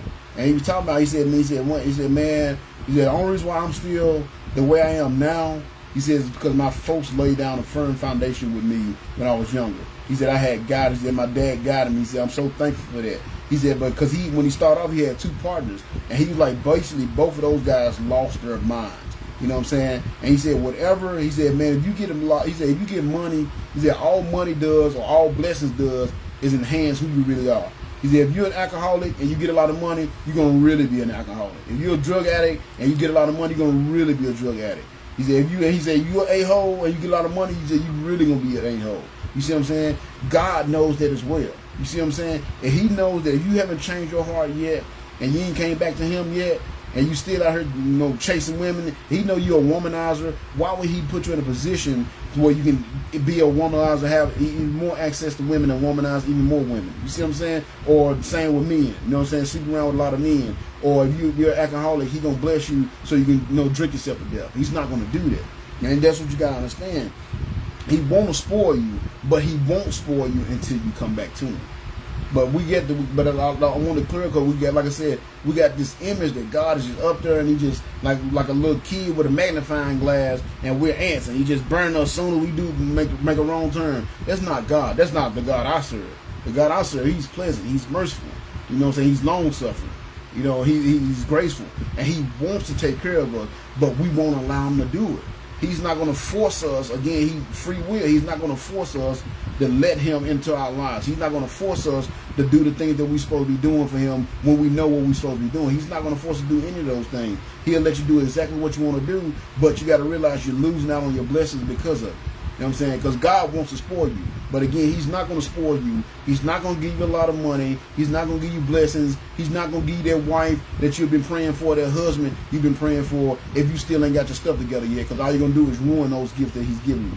So he's not going to give it to you. So, but that moment, again, when you make the decision to turn back to him wholeheartedly, then bam, he's going to open up the floodgates. You know what I'm saying? That way, I don't want to misquote it, but he said he's going to give it to you pressed down, matted out, pressed down, and overflowing, something like that. I'm misquoting that, but you look it up. You know what I'm talking about. But, I mean, he's waiting to give you those blessings, but he's not going to give them to you, again, until you make that wholehearted commitment to turn back to him. So number 8 is the Lord can't wait to spoil you again. And that's what Moses telling these Israelites. He said he will give you many children, spoiling them. Numerous livestock, spoil them. Your fields will produce abundant harvest, spoiling them. For the Lord delights in it. He wants to. That he delights in being good to you. And that's what you got to understand. That God wants to spoil us, but we got to let him. You know what I'm saying? He wants to spoil us, but we got to let him. And that's what he's saying there. He will produce abundant harvest, for the Lord will delight in being good to you as he was to your ancestors. So that moment you wait, you turn your heart back to him, he can't wait to spoil you like he used to. You know what I'm saying? But again, he's not going to do it. He's not going to do it. Yes, he's going to spank you when he need it, but he will spoil you. And he's not going to do it until you made that wholehearted commitment to turn your life back to the Lord. So number 8, the Lord can't wait to spoil you again. And then number 9 is the last one in this section. The last point in this section is verse 10. He said, the Lord your God will delight in you if you obey his voice and keep the commands and laws written in this book of the law. And if you return to the Lord your God with all your heart and soul. So number 9 is this. If you want God to completely delight in you, then you have to completely surrender to him. I'm sorry, I messed it up. If you want God to completely delight in you, then you have to completely surrender to him. See what I'm saying? And that's what keeps us a lot of time for the blessing. Like I said, because you notice Moses saying he will do all these things. You can come back. I don't care how far you went, you can't come back. But you have to be wholeheartedly. You know what I'm saying? But see, 9 times out of 10, the reason why you left in the first place, because you want to do what you want to do instead of doing what you're supposed to do. And see, that's the problem. That's our battle. That's the battle that we in. That's the spiritual warfare that we get caught up in, because we're always fighting with this flesh and the spirit, and we're always fighting the spirit so we can give into our flesh and do what we want to do. You know what I'm saying? But the Lord wants to delight in you, and he will delight in you, but you have to, the only way he can delight in you if you make the decision to turn your heart completely back to him. And you know what I'm saying? He said, if you want God, so again, if you want God to completely delight in you, then you have to completely surrender to him. Because the thing is, like I said, what took you away, you were doing things your own way. You were doing what you want to do. You weren't doing what he wanted you to do. You were doing what you want to do. And see, you've had that. And that's what happened to me. People are like, man, how did you make that change so quick? I mean, how did you make that change and go from, being this drug dealer and having all these women in cars and clothes to being a preacher? How you give all that up? Because for 5-6 years I did it the way I wanted to do it, and I was getting nowhere. You know what I'm saying? Actually, I was declining. My life was declining. I had the things of this world, but I wasn't happy. I didn't have any peace. You know what I'm saying? My life was declining, and I saw that. I saw that as long as I was doing things my way, that I never was going to get ahead. So that's what I started to do something different. And I started doing things God's way. But I wholeheartedly committed to the Lord, and that's why I got those blessings. And that's what you got to understand. If you want the Lord to really delight in you, make sure you wholeheartedly give your life to him, and he really will delight in you, and he's going to spoil you. He wants to spoil you. You know what I'm saying? God does not want to show his wrath. I tell my kids, another thing I tell my kids all the time, his mercy always outweighs his wrath. He's always prefer to show you mercy and grace and give you good things than he will to have to spank your butt. It's just like my kids. I would love to just go out and spoil them all the time and give them everything they want, but you can't do that. Because if you do that, then they're going to be spoiled and they ain't going to grow up and be rebellious. You can't do that. You got to spank them sometimes. You know what I'm saying? And he much rather, and I hate when I have to do it. I hate when I have to correct them. You know what I'm saying? And of course, they get over it. I make sure I do correct. I hate having to do it, but I do it because you don't want to be rebellious from that way, from not doing enough as well. You know, and they get over it essentially. And God knows we would do the same. If you have a true relationship with God, you're going to, matter of fact, on Prosperous said, if you got a true relationship with God, you should be happy when he chastises you. You know what I'm saying? Because that means you really healed. Because if you're doing stuff that you know you're not supposed to be doing and the Lord is not chastising you about it, then you might want to see if you really believe him. I mean, if you really want to heal. You might want to check and see, do you really have a relationship with the Lord? If you just are able to come and do all these bad things and nothing is happening, because you might not be one of his.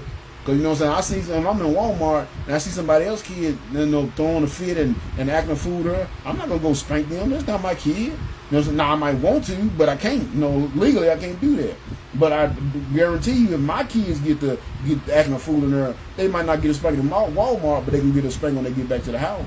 You see what I'm saying? Why? Because they're mine.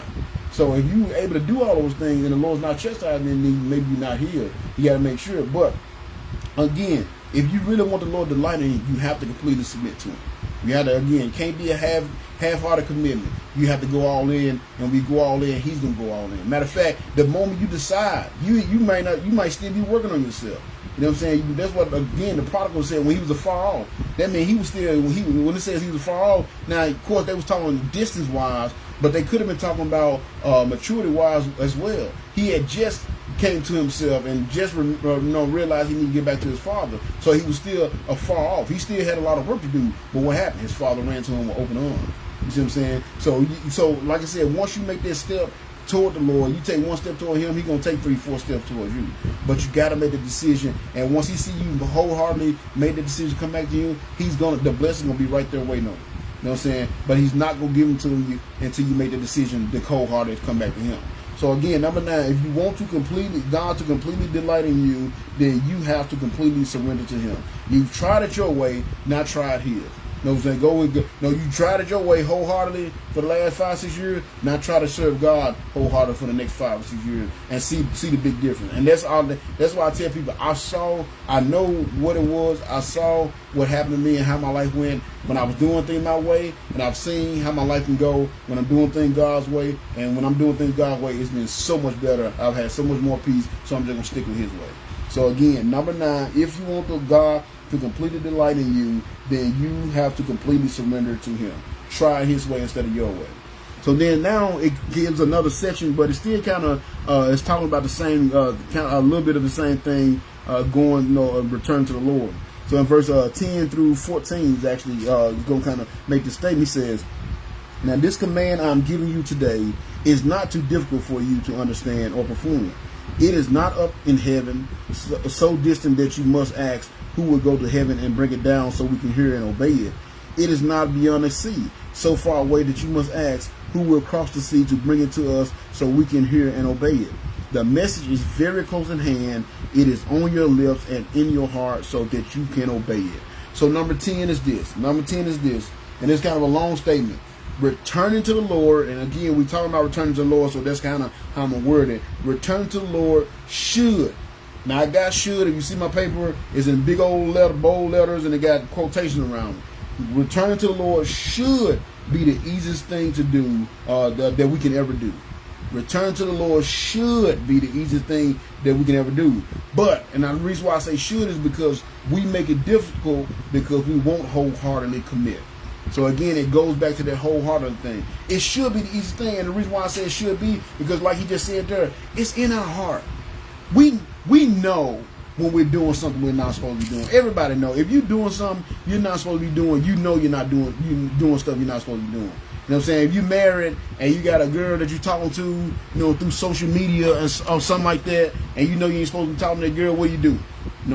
Go in the corner somewhere, run in the bathroom, keep your phone on silent so your girl don't hear the little notification go off. You get to talking to the girl, you delete it. Why are you doing all that? Because you know it's something you're not supposed to be doing. You see what I'm saying? You going over somebody's house you don't supposed to be going over. What do? Go in the cover of night. You might even park a couple of blocks around, a couple of blocks away, and walk to the house so nobody see your car in front of the house. Why are you doing all that? Because you know you're not supposed to be doing. It's the same with God.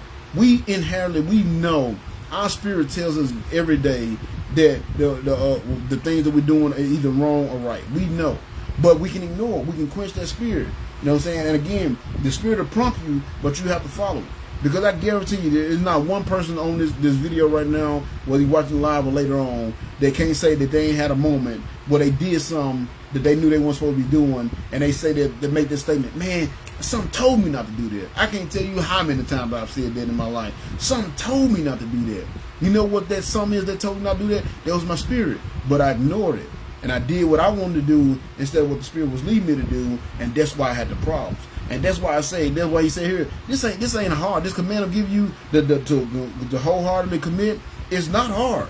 It's in your heart. Your spirit wants to do this. Your body wants to do it. You wants to do it, but you've been feeding that flesh so long that you don't have the strength to fight that flesh. So even though your spirit, that's why I say the spirit is willing, but the flesh is weak. You know what I'm saying? Even though the spirit is willing, their flesh is weak, so you keep on giving to the flesh. When in reality, it should be simple. It should be so easy because you already inherently know to do those things. You already inherently know to stay away from those things. You already inherently know to stay away from those places. You already know to stay away from those people. You already know to stay away from that substance. You know you should. But, again, what do? You do what you want to do instead of what you're supposed to do. And that's what makes it hard. This life is simple, y'all.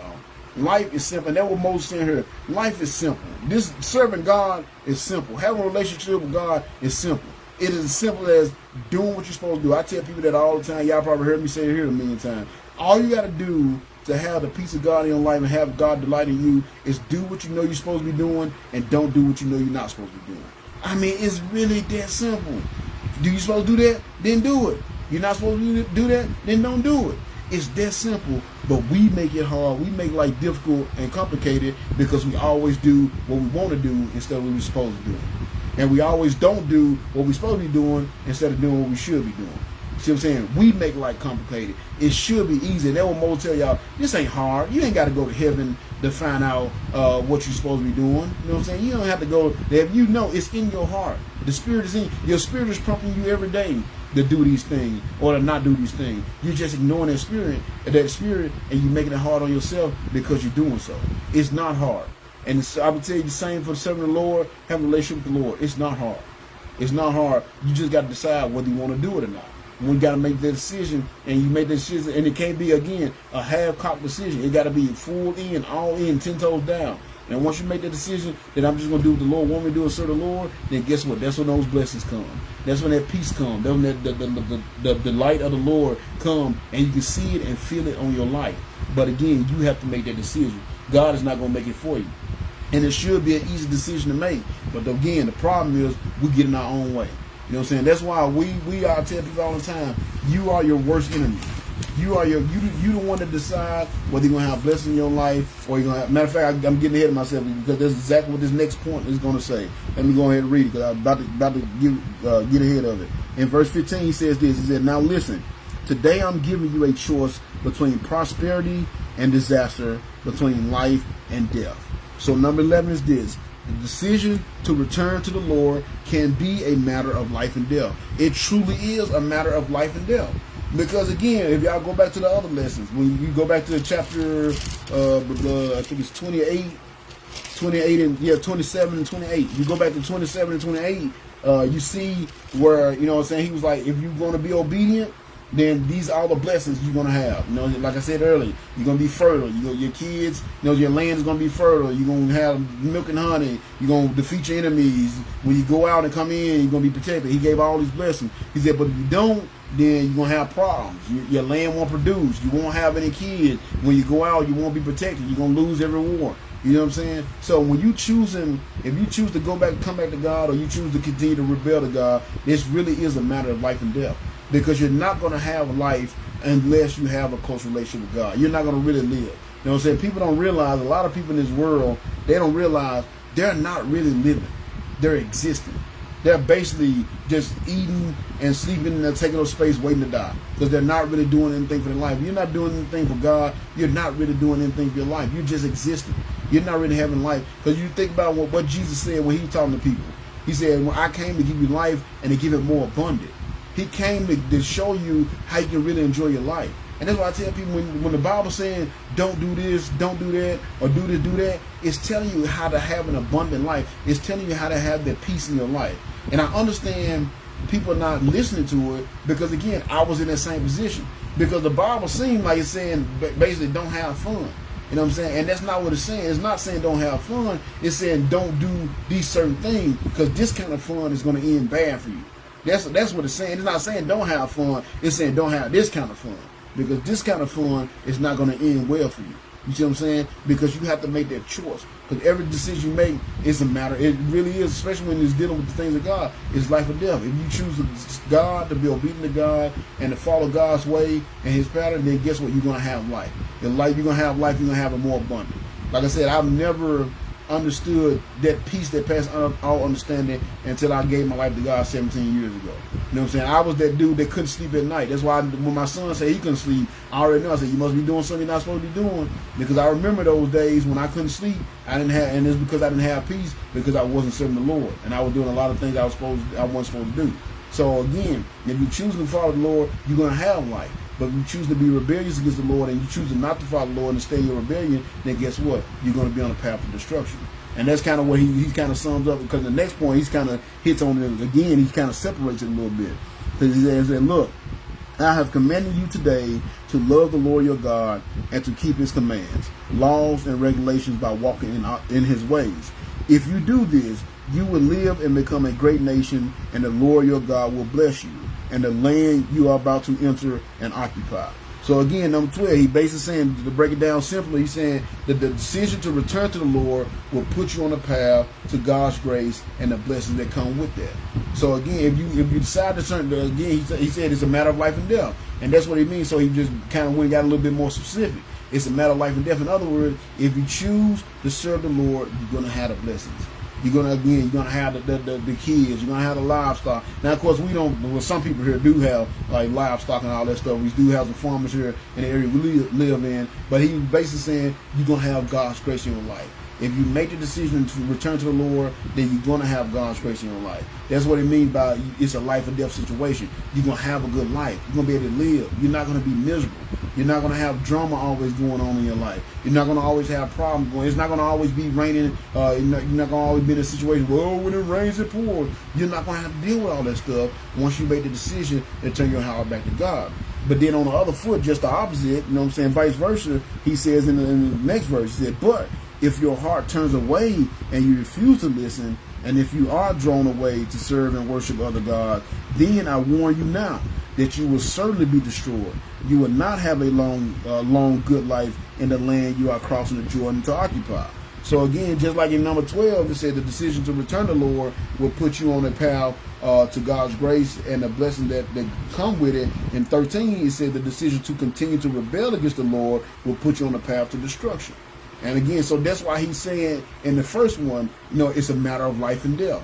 Those decisions you make determine life or death. It determines whether you're going to have, being obedient and having a good life, or being disobedient and rebellious and having a bad life. You can see the comparison. And even though Jacob was the father of Israel, and of course he's the father of the 12 tribes of Israel, but you remember toward the end of Genesis when he met Pharaoh, and Pharaoh, was talking to him, and he's like, man, you up on in years, you've had a long life, and he said, long and hard. He said, long and hard has been in my life. It's been rough. Because Jacob did a lot of stuff he wasn't supposed to be doing. He stole his brother's birthright. He swindled his his uncle swindled him, and then he in return swindled his uncle out of some things. I mean, it was a lot of confusion in his life, and it was a lot of drama in his life. So he had a lot of problems because he tended to do stuff that he wasn't supposed to be doing. But then you see Job. Job, it said Job lived about the same amount of time, but it says long and fruitful was his life. He had a long and fruitful life. You see what I'm saying? And because he did what he was supposed to do, he had the grace of God on his life. So it really is a choice of life and death. And it really is a choice of if you're going to have a good, peaceful life, or you're going to have a long, hard life. And it all depends on your decision to turn your heart back to God, or to keep on going down your rebellious, going down in your rebellious ways. So then in the next verse, and I'm almost done, I got 2 more points, y'all. So then in verse 19 says, today Again, he brings it up again. He said, today I have given you the choice between life and death, between blessings and curses. I can call on heaven and earth to witness this, the choice you make. And I'm going to let y'all know, number 14 is this. This is something you have to remember. This is something you have to remember. Number 14 is this. Life or death is a decision that we all make on a daily basis. This is something you have to decide every day. When you wake up, every day you wake up, you decide, you make that life or death decision. Give me 1 second.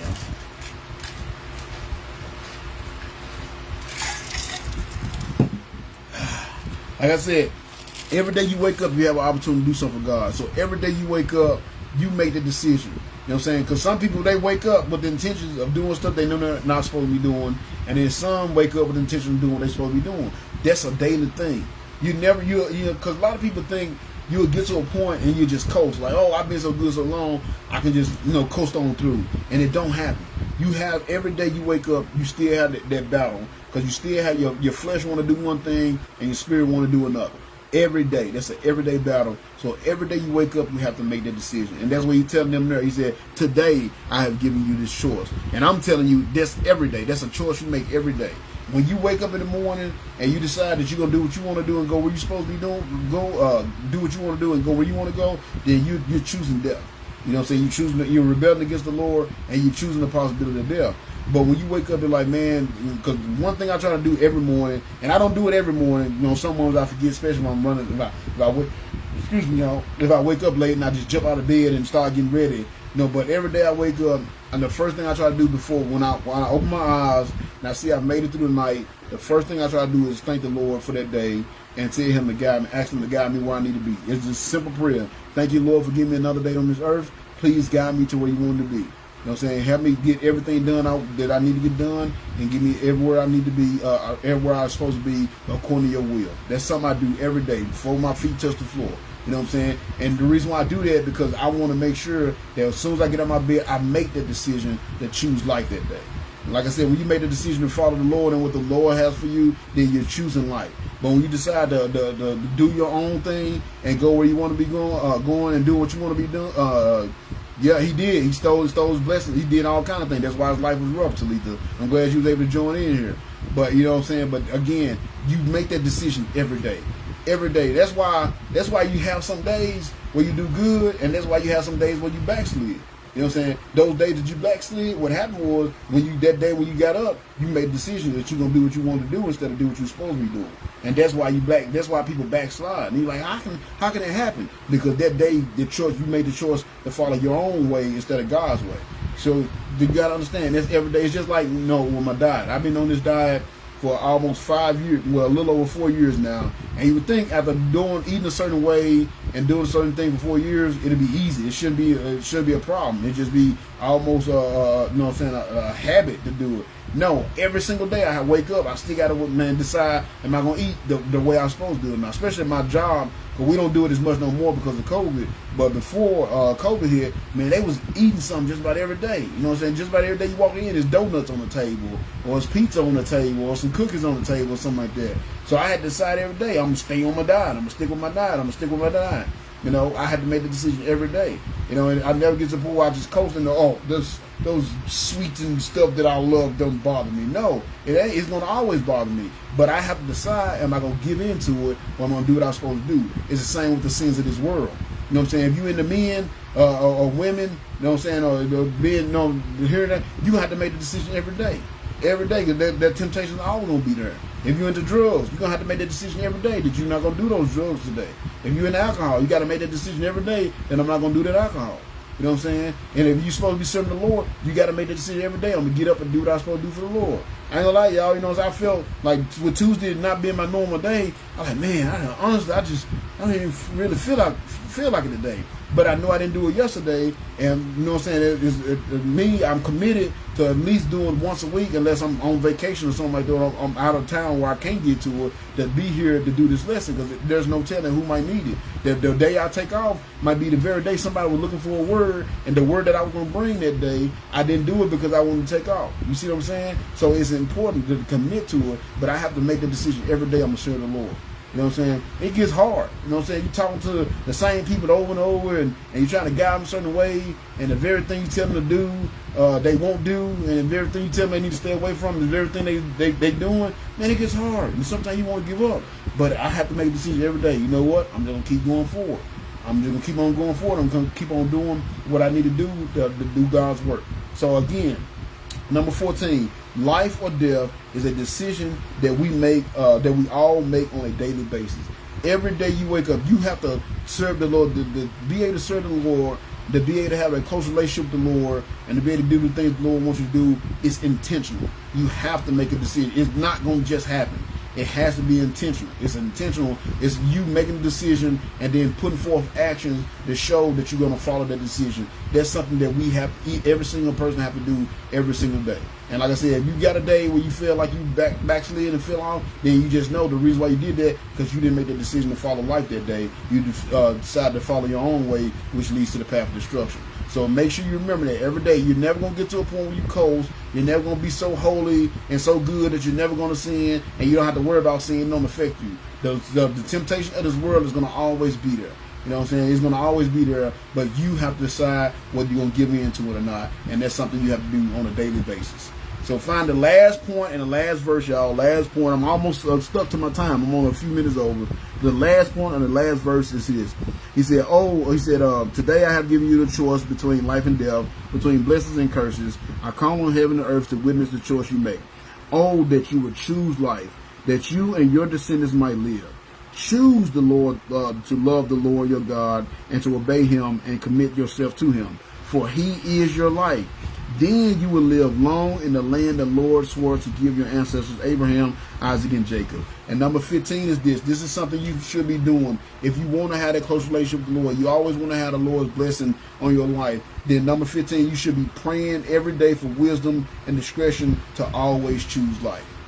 Because again, like I said in 14, you have to make the decision every day. So you should also be praying every day to give you the wisdom to make the decision to choose life. And that's why, like I said, I start my day off with a prayer, a simple prayer. Lord, thank you for another day. Please guide me in the direction, give me the wisdom to make the right decision, and guide me in the direction I need to go. Help me get everywhere I need to be and get everything done I need to get done according to your will. You know what I'm saying? That's something I do every day. You know what I'm saying? Every day, because every day you have to make the decision. So you should be doing the same thing. Make sure you pray to the Lord that when that decision comes, when you get up in the morning, make sure you pray for the wisdom and discretion to make the right decision. Because it's tough. It's not easy. You know what I'm saying? I don't want anybody to think, now it should be easy because you know better. You already know those things that you should be staying away from. You already know those things you should be doing, and you already know those things you shouldn't be doing. So it should be easy, but it's not, because you want to give in to that flesh. Like I got matter of fact, I got talk about my dad. A couple of weeks from now, God has blessed me. The situation I was supposed to be going down to Texas. I'm going down for training, but it just happened to come on my birthday. So so I'll be in Texas for, God willing, I'll be in Texas for my birthday, on my birthday. And it's normally for my birthday I take that week off anyway, but this training coming up, I really need this training, and it just happened to be the week of my birthday. So it's gonna kind of be like a work and vacation, because I'm only gonna be in the class for a couple of days, and then I'm just gonna stay down an extra day so I can actually enjoy myself, kind of thing. So I've already made the decision that while I'm down there, I'm not gonna be on my diet. I'm taking vacation from everything. You know what I'm saying? Other than God's work, of course, I'm still be doing God's work, but I'm probably not gonna work out that week. And I'm not gonna be on my diet that week. I've already made that decision. You see what I'm saying? So you got to make the decision. Now, I've already prepared myself for it, and I know I'm going to pay for it the week after. Because every time, even when I just take a couple of days off from working out or my diet, that the week after when I start back, oh my gosh, it's horrible. So I'm already mentally preparing myself, but I've made the decision. You know what I'm saying? That I'm not going to do it. And we have to do the same thing. We have to look ahead. We have to make those decisions. You got to make it. You know that, especially if you know you got coming up, like for instance, I'm also that same the weekend before that. I got a situation coming up where we got these people that I used to work with in my first chemistry job, and we were like a family. Like when we first worked at this place, we were like a family.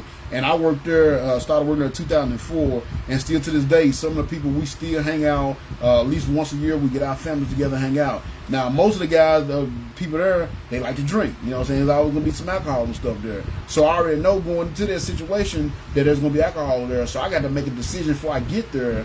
You know what I'm saying? That I'm not going to drink alcohol, which I don't drink anyway, but that's a decision I've made.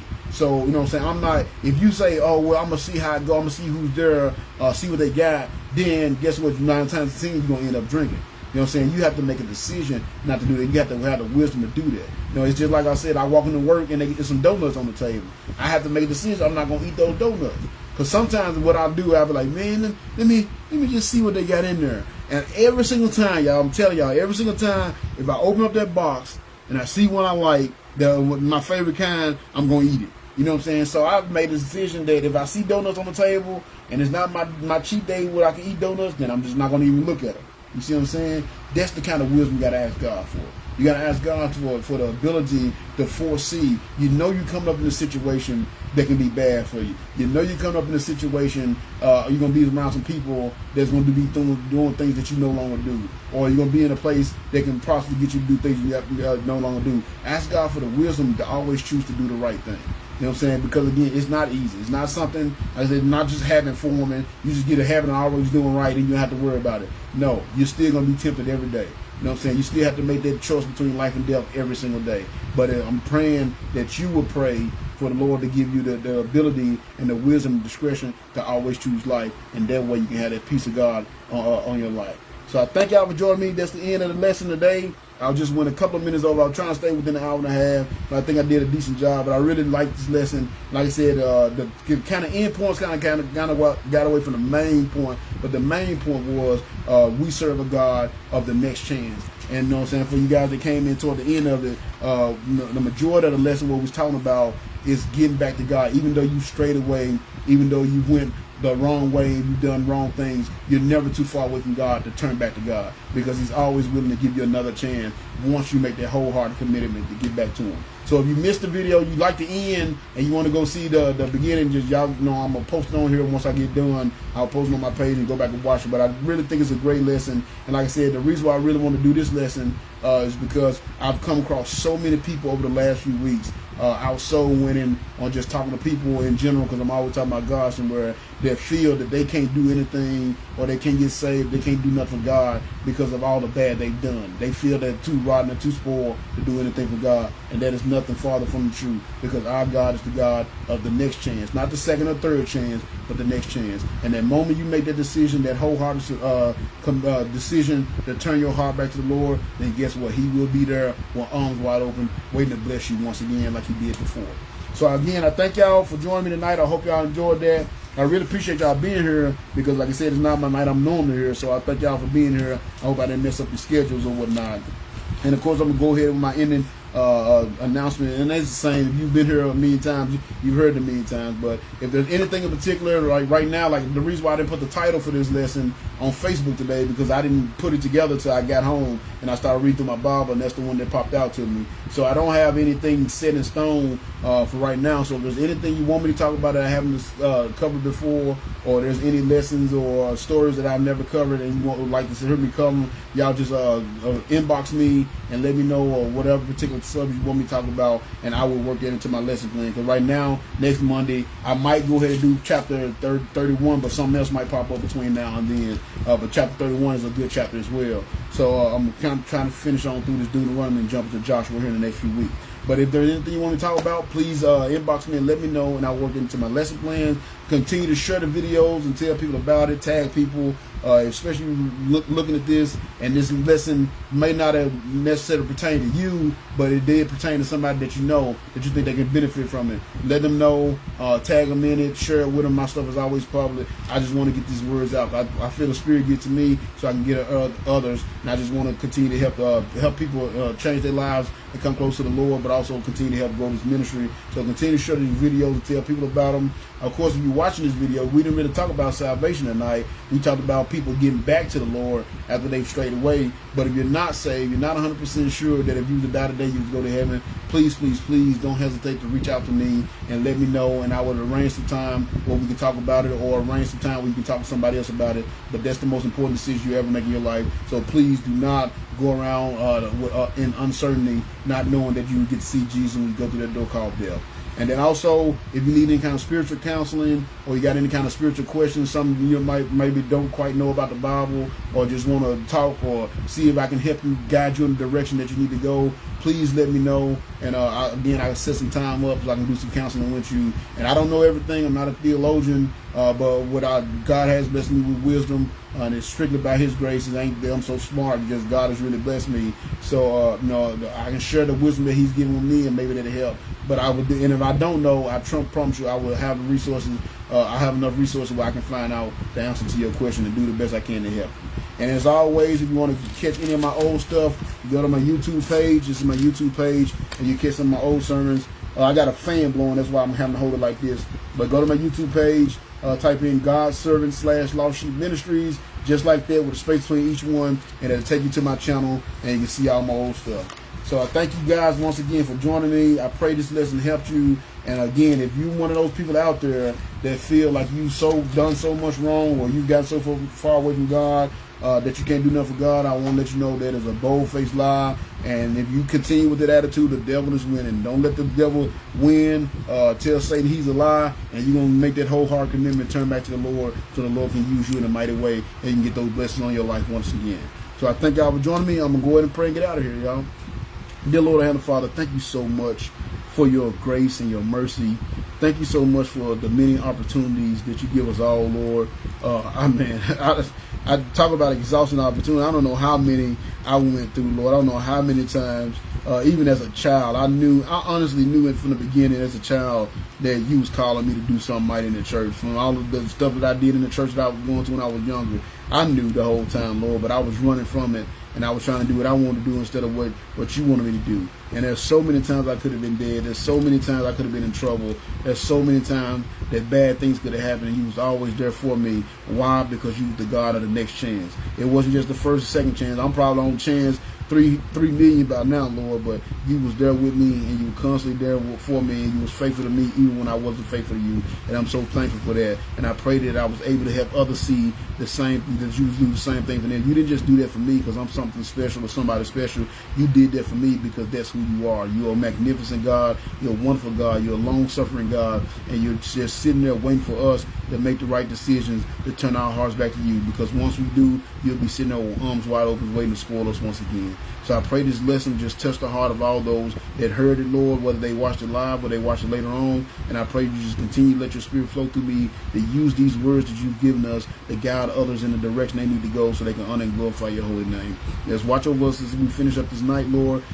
Be with all your servants, all those who wholeheartedly serve your purpose and your will. Just give us the encouragement and enthusiasm we need to continue to go forward doing your work, even amongst persecution, Lord. Just keep your hands upon us and guide us in the direction we need to go. Be with all the churches that truly spread your word, not the watered down version, but spread your truth, Lord. Continue to help them grow, prosper, reach out in the community, change the lives of others, and capture the lost souls of men so they can continue to do the work that you have for them to do. Be with the pastors, the women and men that lead those churches, and just give them the meekness they need to deal with any problem that's in their church or in their home that may keep them from doing your work. But continue to give them encouragement to go forward, spreading your truth.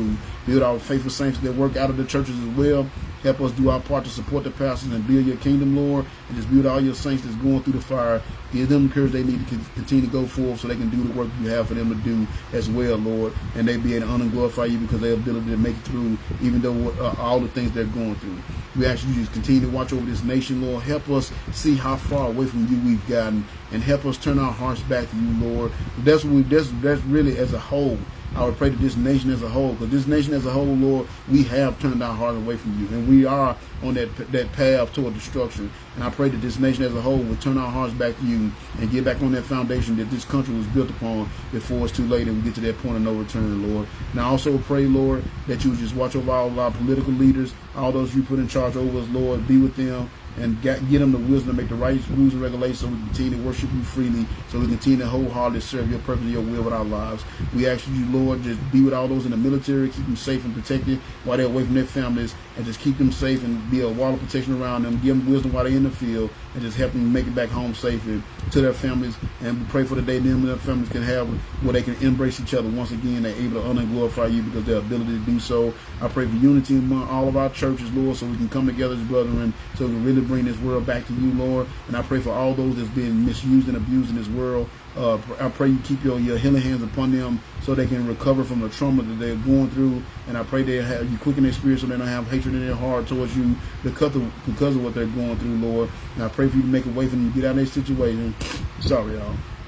I pray that you make a way for them to get out of this situation, Lord, so they can really wholeheartedly serve your purpose and your will with their lives, and they don't have any hatred towards you because of what they're going through. And I pray you just take the evil out of the hearts of the men and the women that commit these terrible deeds, and help them see the danger they do, the damage they do to their brothers and sisters because of their own selfish desires, Lord. And I just pray you just watch over us all, and I pray for the day when the world as a whole, we will humble ourselves, pray, seek your face, and turn from our wicked ways, so you may hear from heaven, forgive our sins, and heal our lands. And I pray you send out more workers for the harvest, because the harvest is plenty, and the workers are true. Be with your nation of Israel, keep them safe and protected, turn their hearts back to you, so that they may receive the inheritance that was promised, and the world may be blessed through them, Lord. Continue to watch over this Lost Sheep ministry and River Lake Baptist Church.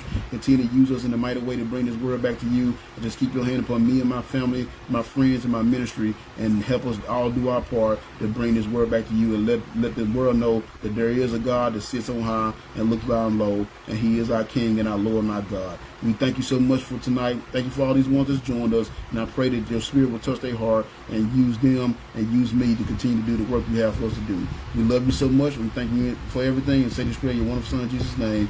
Amen. So I thank y'all for joining me. I went a little bit over. I apologize about that, but I hope y'all enjoyed it. And more importantly, I hope you was helped by it. Again, especially if you're one of those that feel like you can't do nothing for the Lord. The Lord always has something for you to do. You just got to choose that you want to do it. So I love you so much. God willing, next Monday night, hopefully nothing go wrong to work. Next Monday night, I'll be back in my regular time at 7 o'clock. I hope y'all will join me then. I'm not sure exactly what the lesson going to be, but I know it's going to be something good, because it's all good, because it comes from this word. So I'll just continue to keep me in your prayers, and I'll continue to keep y'all in my prayers. So remember, I always watch your back and pray. So until the next time, peace. Love you all.